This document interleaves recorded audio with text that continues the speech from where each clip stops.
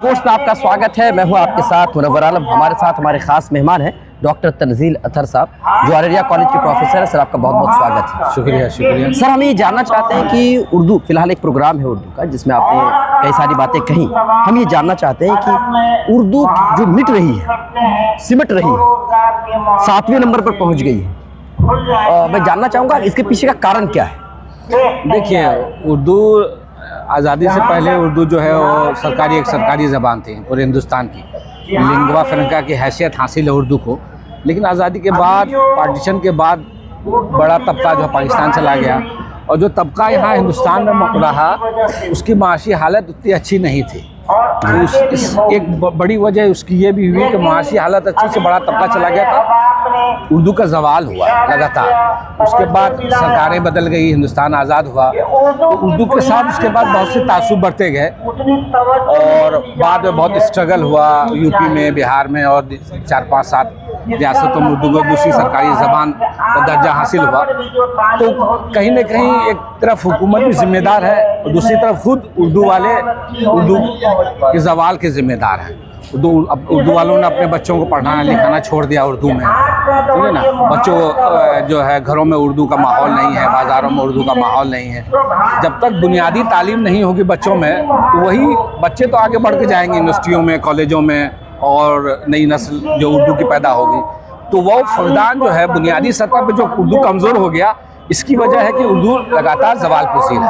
Araria college का professor है sir, मैं ये जानना चाहता हूँ कि जो बच्चे आ रहे हैं वो उर्दू को चूज़ कर रहे हैं सर, सब्जेक्ट के तौर पर, चाहे वो सब्सिडी हो या CBCS हो, इस तौर पर वो चूज़ कर रहे हैं उर्दू को। हाँ, कॉलेजों में तो बच्चे आ रहे हैं, लेकिन जिस तादाद में आनी चाहिए उस तरफ नहीं है। लगातार उर्दू के बच्चों की तादाद घट रही है। जो मेजर कोर्स है उसमें भी घट रही है। सब्सिडी में लोग, माहौल थोड़ा ठीक है, कुछ सब्सिडी ले लिया आर्ट्स वाले या कुछ साइंस वाले, लेकिन as a Urdu subject honours उसकी तादाद वाकई में घट रही है उर्दू पढ़ने वालों की। और ये हालत जो है वो ग्रेजुएशन और PG दोनों सतह पर ये हालत है अभी ऐसी की जा रही है। सर, ये बताएं मुझे, क्या आपको लगता है कि उर्दू रस्मुल ख़त की बहुत ज़्यादा अहमियत है? क्योंकि आजकल जो चल रहा है, उर्दू तो लोग बोल रहे हैं थोड़ी बहुत, लेकिन उर्दू रस्मुल ख़त पर ज़्यादा जोर नहीं देते, वो रोमन में लिख लेते हैं या फिर हिंदी में लिख लिए। तो इस पर क्या कहना चाहेंगे सर? जी बिल्कुल, उर्दू की जान, जो उर्दू की रूह है, वो उर्दू का रस्मुल ख़त है।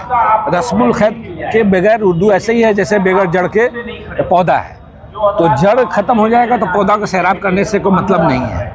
तो जड़ जो है वो स्क्रिप्ट है। लोग बोल लेते हैं, समझ लेते हैं कि उर्दू में जान रहा हूँ, लेकिन जब पढ़ने लिखने की बात आती है तो वो बेबहरा होते हैं। तो तहरीर बहुत ज़रूरी है उर्दू को ज़िंदा रखने के लिए। उसकी उर्दू स्क्रिप्ट बहुत ज़रूरी है। तो उर्दू स्क्रिप्ट के बगैर उर्दू ऐसी ही है जैसे जिस्म बगैर रूह।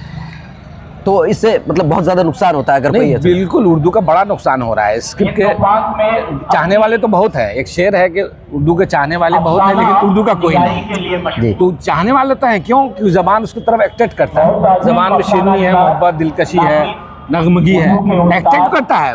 जो उर्दू बोलते हैं, जो उर्दू नहीं बोलते हैं, सबको एक्टेट करता है। लेकिन जब पढ़ने की बात आती है, लिखने की बात आती है, तो वो बहरा होते हैं। तो स्क्रिप्ट इसीलिए ज़रूरी है, उर्दू की जान है। तो फिर लोग रोमन में लिखेंगे, हिंदी में लिखेंगे, तो फिर उर्दू की ज़रूरत क्या है? सबसे बड़ा मसला होता है उर्दू वालों के साथ। उर्दू वालों को लगता है कि अगर उर्दू में अगर हम पढ़ाई करते हैं, तो ऑनर्स कर लिए या MA कर लिए, तो हमको नौकरियां नहीं मिलेंगी, रोजगार नहीं मिलेगा। ये माश नहीं है। ये बिल्कुल गलत सोच है।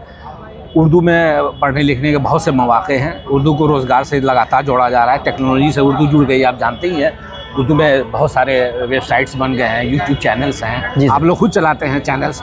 उर्दू के फ़रोग़ के लिए बहुत सारी वेबसाइट्स हैं, फेसबुक है, ट्विटर, इंस्टाग्राम है, सारी चीज़ों पे हो रहा है। दूसरी तरफ सरकारी सतह पे भी बड़ी उर्दू की तकर्रुरी हो रही है। आप बिहारी के एग्जाम्पल लीजिए। बिहार में कब से पिछले 4-5 सालों के अंदर 20,000 से ज़्यादा असातिज़ा उर्दू के बहाल हुए हैं। हज़ारों मुतरजमीन बहाल हुए हैं, असिस्टेंट ट्रांसलेटर बहाल हुए हैं, ऑपरेटर बहाल हुए हैं, और उर्दू डायरेक्टरेट में कई अफसर बहाल हुए हैं। अब UPSC में उर्दू सब्जेक्ट के तौर पे ले सकते हैं, BPSC पे उर्दू सब्जेक्ट के तौर पे ले सकते हैं। इवन UPSC और BPSC में तो उर्दू ऐसे उर्दू मीडियम आप जा सकते हैं। तो ये हमारे अंदर ये जो हौसला शिकनी है सर, ये आ कहाँ से रहा? मतलब कि उर्दू अगर लेंगे तो कई सारे मसले हो जाएंगे, ये आ कहाँ से रहा? ये एक जहन बन चुका है। गार्जियन जो है ये सब बच्चों को चाहते हैं कि सब बच्चे जो है मेरे इंजीनियर, मेडिकल और टेक्नोलॉजी की तरफ ही चले जाएं। हाँ, तो अदब जहन जो लोग हैं, जो अदब से जो मोहब्बत करते हैं और घर में उर्दू का माहौल नहीं है, इस वजह से ये डर पैदा हो रहा है कि उर्दू में रोज़गार के मौके नहीं है। और दिलचस्प बात है कि उर्दू की असामियाँ खाली हैं +2 में, हाई स्कूल में उर्दू के लोग भी नहीं मिल रहे हैं और लोग बोल रहे हैं उर्दू में रोज़गार नहीं है। तो रोज़गार के मौके विडंबना हो गया। हाँ, ये तो मतलब बहुत बड़ी विडंबना है। दूसरी बात ये कि उर्दू वालों को कमतर समझने की अपने आप को ज़रूरत नहीं है। बहुत खूबसूरत ज़बान है। आप गैर उर्दू माहौल में जाएंगे, आप इंग्लिश के माहौल में जाएंगे, तब आपको उर्दू में अहमियत का अंदाज़ा हो जाएगा। आप JNU जैसे जगह में जाएंगे जहाँ साहब उर्दू में, इंग्लिश में बात होती है, इंग्लिश में सेमिनार होता है, और वहाँ खालिश उर्दू बोलने वाले लोग जाते हैं तो सेंटर ऑफ अट्रैक्शन होते हैं। सब लोग उसके आगे पीछे होते हैं, सुनना चाहते हैं, उससे गुफ्तगू करना चाहते हैं। तो उर्दू की मिठास की चाशनी है। तो उर्दू वाले को कमतर सुनने की ज़रूरत नहीं है, हौला सीखने की ज़रूरत भी नहीं है। हाँ, उसको लगातार आगे बढ़ना है, उर्दू को फ़रोग देना है, खुद भी बढ़ना है, उर्दू का भी फ़रोग। लास्ट सवाल आपसे मैं करना चाहूँगा कि उर्दू को सींचने के लिए क्या करना चाहिए? घर में किस तरह का माहौल होना चाहिए कि बच्चा जो है वो उर्दू की तरफ उनका अट्रैक्शन हो? तो उर्दू को लगातार घर में उर्दू का माहौल बनाएं।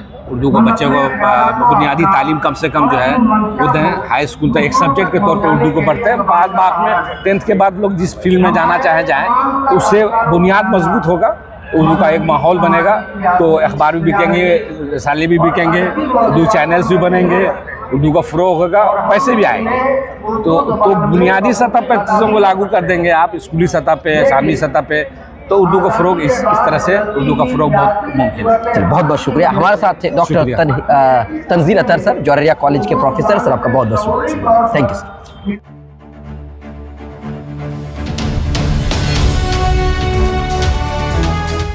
ट्रू रिपोर्ट्स, सच आप तक।